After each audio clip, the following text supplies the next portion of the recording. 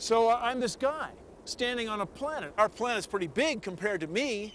Really, I'm just a speck standing on this big planet. But the planet, compared with the star, is just another speck. And the Earth is orbiting the sun, and the sun is a huge star. And our star may be a big deal to us, but my friends, our star is just another speck. So I'm a guy, I'm a speck, living on a speck out on the edge of the galaxy. I mean, it's not really in downtown Milky Way, it's way out on the side. We're just a speck on a speck, orbiting a speck. But I'll tell you what else. There's billions and billions of stars, billions and billions of specks, and then billions of galaxies. I mean, I'm a speck, living on a speck, orbiting a speck in the middle of specklessness. But then I think, I'm this little brain. I have this brain. It's only this big to think about all of this, to think about the vast emptiness of space. I can reason that I'm a speck on a speck in the middle of specklessness, and that's cool. That's worthy of respect. And you can't help but wonder, with those billions and billions of specks, are there other specks out there? That would change everything, because then you know that these little brains are not alone. And that, my friends, is worth thinking about.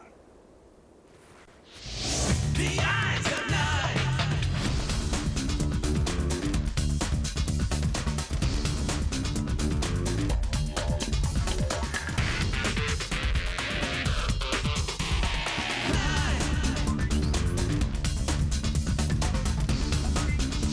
The eyes of night. Since we could first form the question, we must have wondered, are we alone? Is there life out there among the stars? You see, astronomy is a humbling undertaking. Our ancestors probably thought, no, the world is flat. And they accepted that all the members of their immediate tribe comprised the whole of the human family, that the Earth was the center of everything. But now we may be able to presume that even our existence is not unique, that there are living things everywhere among the stars. And we call this study astrobiology. You see, we may be on the verge of the most important insight of all, as we search for and possibly discover other life on other worlds.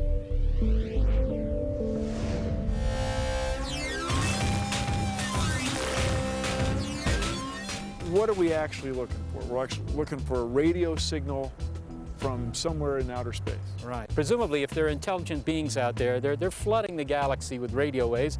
They're falling right here. Some of them will fall onto the metal mirrors out there, and we'll pick them up.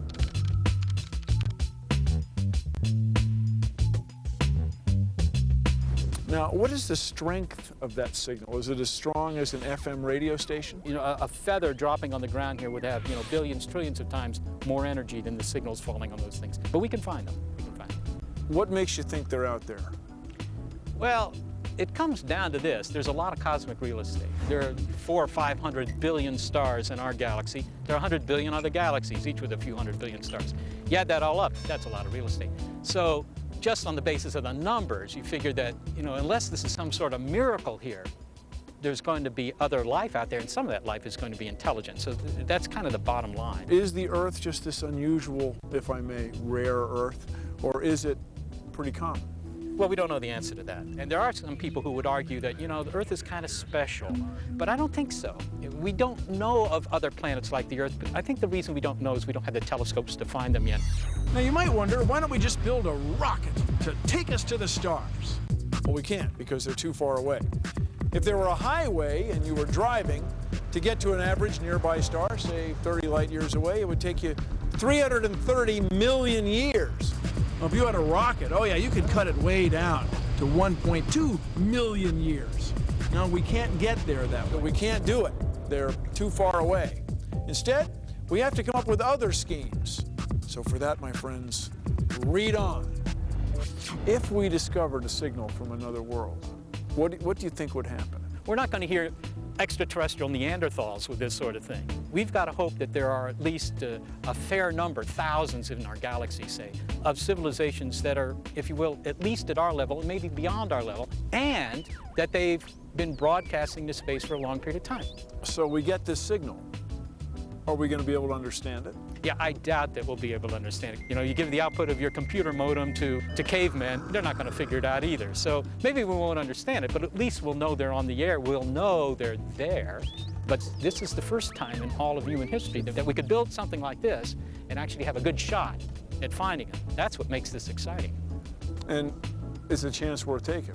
Of course it's worth taking. No, of course it is. I mean, can you think of anything more interesting than finding out that we're not the only game in town? This rocket is headed to Mars, and on top of it is a rover that's just loaded with instruments that will help us look at Martian rocks very carefully from way back here on Earth. We'll examine those rocks for signs of water and maybe even evidence of Martian life. Or maybe they'll lead us to another place to look at other rocks, to look for other signs of water and life.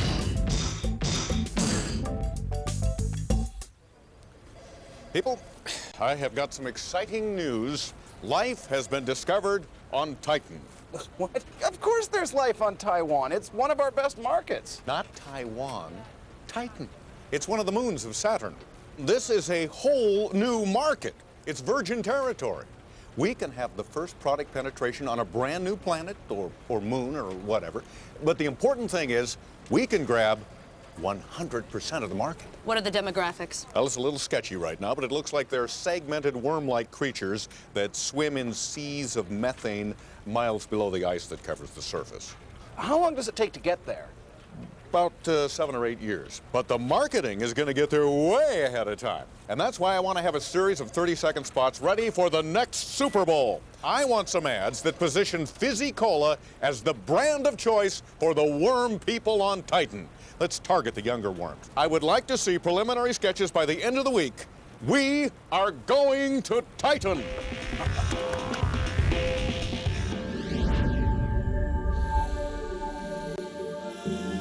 But we consider the limits of life continue to expand. Until just a few years ago, we thought that all living things had to be on or near the Earth's surface, where there's plenty of water and sunlight. But recently, we've discovered all kinds of living things. Living in environments we once thought were too harsh, too hot, too cold, even too radioactive for life. And we call these organisms extremophiles because, by our standards, they love extreme environments.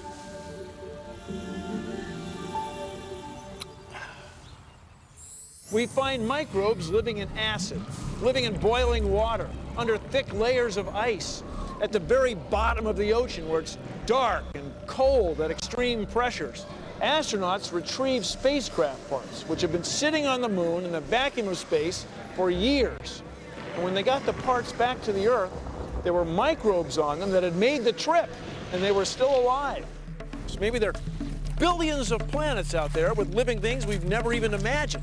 And from their point of view, we're the weirdos. We're the extremophiles. Did you ever think of that? Here we are breathing this highly chemically active, corrosive, toxic oxygen atmosphere, and we're stumbling around on only the very driest parts of this otherwise lovely, sea-soaked little metal planet. See, it could be a wild world or world of worlds out there. By studying life in extreme environments here on Earth, we may be able to get an idea of what life would be like out there. There might even be life in our own solar system, perhaps even on our closest neighbor, the red planet, our ruddy buddy, Mars.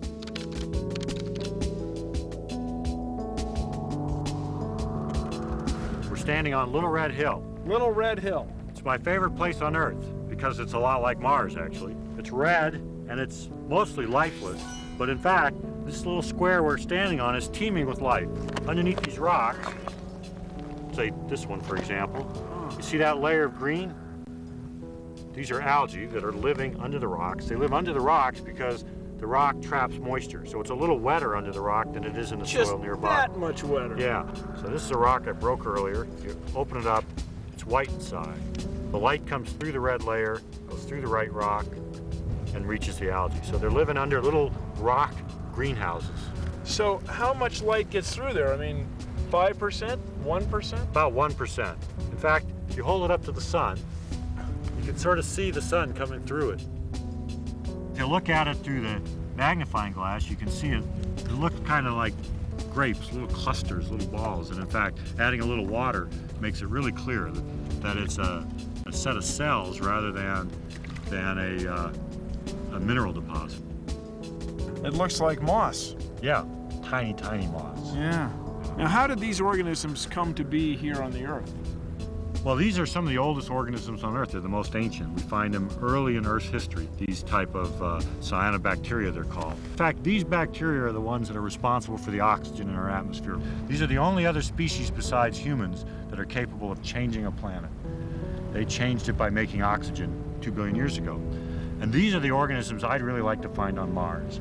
Because if there were organisms like this on Mars's history, well, maybe Mars could have had the kind of changes that Earth has had. There's really good evidence that Mars at one time, maybe long ago, had a lot of water on the surface. We see gullies that don't have any water in them now, but have all the signatures of water having flowed through them. So we see dry rivers, dry lakes, and maybe even dry ocean floors. And since water is what life needs, that's why Mars is interesting. This is sodium bicarbonate. You find it in the rocks around here. It's what chemists call a base. This is cream of tartar. It's made from grapes. It's an acid. Now, when acids and bases mix, they often react. But you can see there's no reaction. There's no way for the electrons to get from one atom to another, no way for the atoms to interact. But watch what happens when we add water. Now, they're reacting like crazy. So for life, just add water.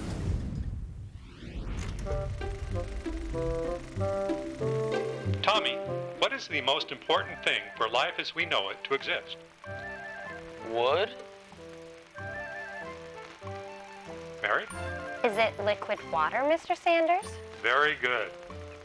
So, where should we look for other life forms in the universe? We should look in... Wait, let's see if Tommy has an answer that will get me big laughs in the teacher's lounge. We should look for planets that could possibly contain water. Gee, Mr. Sanders, Tommy got it right. That was excellent. Don't hit me, Mr. Sanders. I was not going to hit you, Tommy. I was just patting you on the head. Ah! Well, I guess Tommy is not feeling well, so let's return to more of the Eyes of Nye.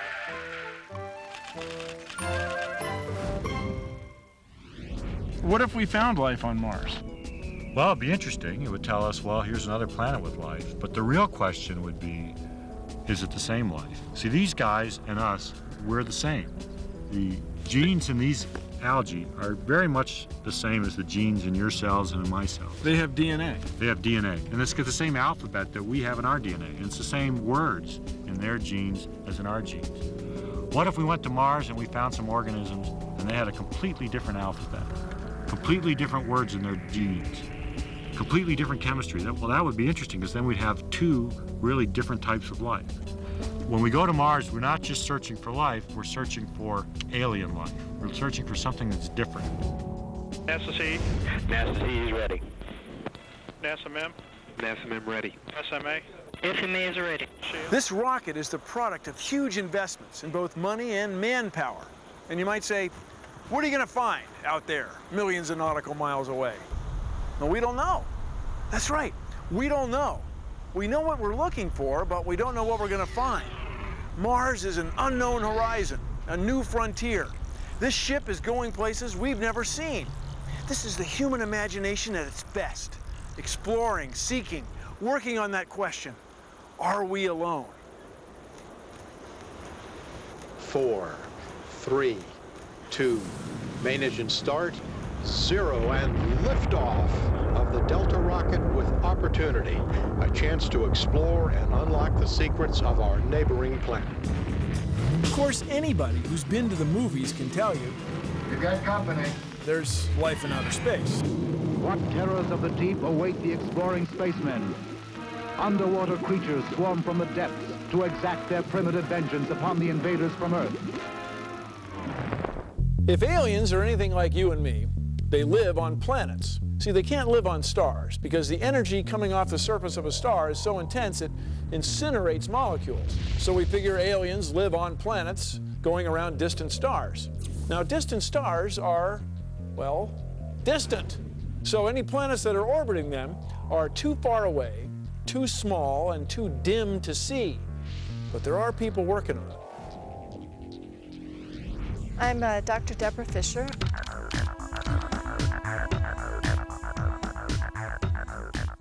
And my job is to find planets around nearby stars. And you have found some planets. That's right. Collectively, astronomers in the world have found about 100 planets now orbiting other suns, other stars. And our group has found about 70 of these. 70 planets. Now, what are these planets like? Well, they're different from our Earth, much different, because the technique that we use is actually more sensitive to finding large gas giant planets like our Jupiter, which is 317 times the mass of our Earth. So it's these large planets that we're finding. What made you start looking for these things? We're trying to find out if our planetary system is common, if it exists, if there are platforms for life around these other stars. Because before 1995, for all we knew, these stars were just desolate, bright objects up in the sky. It wasn't until 1995 that a group of Swiss astronomers detected the first planet orbiting a star much like our own sun. This was the first direct evidence that planetary systems like our own are not unique. There may be planets orbiting stars all over the universe. How do you go about finding a planet on another star? Well, unfortunately, what we'd like to do is go up and take a picture of the star and see the planet sitting right next to it, and then in one night we'd have the front page of the New York Times covered. But instead, we actually exploit the laws of physics a bit. We measure the speed of all kinds of things thanks to a discovery by Christian Doppler. Listen to this. As the ringing moves towards you, it sounds higher pitched.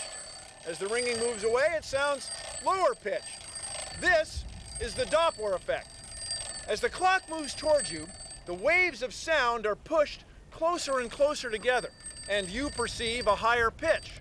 As the clock moves away, the sound waves are pushed farther and farther apart, and you perceive a lower pitch. This is true for clocks, and it's true for cars. It's also true for light. And this is how Deborah Fisher and her team infer the motion of stars. See, their light varies in color, in frequency, ever so slightly. So she figures that's a result of the star having motion toward us and away from us. Notice that if you and I are moving together, there's no change in the pitch of the sound. It's only when there's relative motion, toward you or away from you, that you perceive the Doppler effect. Well, let's get back to the show, because time flies!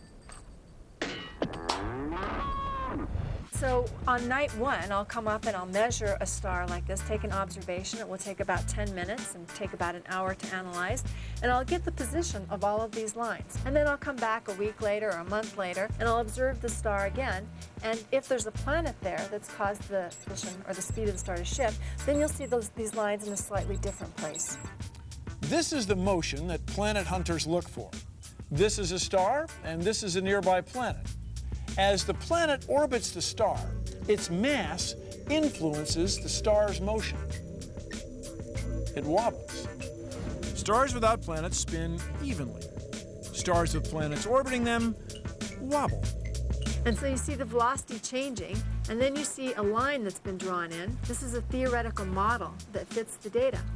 And boy, does it fit the data. If each one of these dots represents one night of data, one observation of the star, and you can see pretty quickly we knew that something was going on, that the star's velocity was changing, so we knew there was a planet there.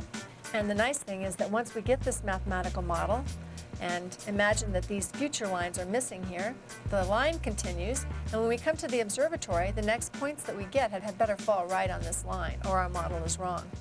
If you look here, the wobble is modulated by a second one. Yeah. This one has two planets around it. And How cool is that? So stars without any planets would just have a constant velocity. All these dots would lie in a straight line. But a star that has a planet has velocity that changes. The star comes toward us, goes away from us in this orbit.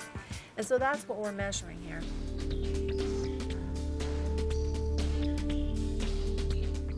You think there's life out there? I think it's likely, extremely likely, that there's some sort of life out there. So it's impossible to describe what that life might be like. I guess the scientist in me wants to stay a little reserved and wait until we have more data to understand what that life might be like. But what about the romantic, passionate person? Well, the romantic, passionate person believes that there's life out there and other civilizations and other beings. With all of the diversity of life that we have here on this one planet, it's hard for me to imagine that there isn't life on other planets around other stars.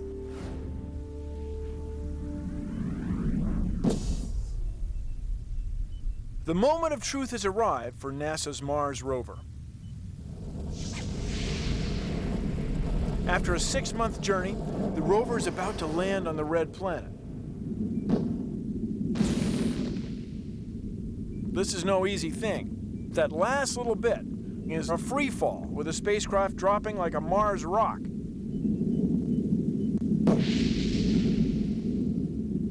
There are small retro rockets to slow the descent,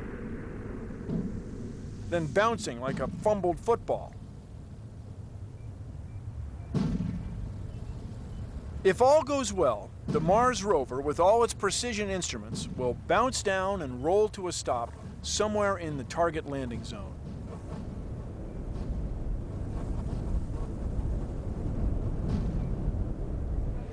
Of course, a crash landing is always a distinct possibility.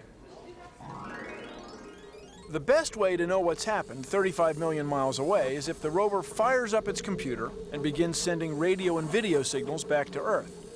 If the rover doesn't work, millions of dollars of research go right out the Martian window.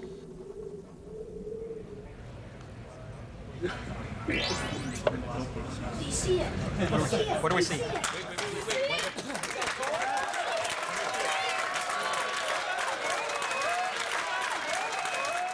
NASA successfully landed 2 rovers on opposite sides of Mars in January 2004. The second rover, Opportunity, landed on the Meridiana Planum and rolled into a small crater. Close examination of the light-colored rocks along the lip of the crater revealed that not all of the Martian surface consists of volcanic lava flows. These small, blueberry-sized pebbles found embedded in the rock appear to be composed of hematite, a common type of iron oxide that forms in the presence of liquid water. Along with that, chlorine, bromine, and sulfur were found in the Martian soil in the same proportions that we see in old ocean floors on Earth. We figure they got there when an ancient Martian sea evaporated. These and other discoveries lead scientists to believe that this area was once soaked in liquid water. Perhaps it was once suitable for life. But while finding water is encouraging, no actual living organisms have been found. So the scientific community is now clamoring for more space missions to continue probing the mysteries of Mars. Because until we actually make contact with or observe space aliens, the question of life in outer space remains, well, a question. If we got a signal from another world, everybody would have to stop and think. Oh, absolutely. No, I think that it'll have a tremendous impact on us, even if we don't understand the message, simply knowing they're there. Everything we know about medicine, everything we know about agriculture, everything we know about disease and pest control and so on, is all based on studying that one example of life. Imagine if we had 2. We might be a lot smarter. Finding evidence for life on another world would just be shattering, I think, to a lot of people. We'd have to reevaluate our place in the universe. We'd have to, I think, unite globally and understand that we're one people.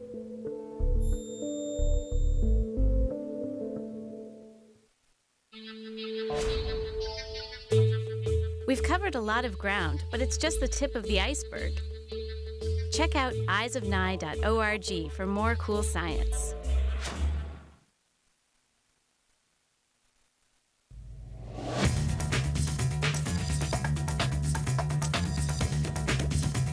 The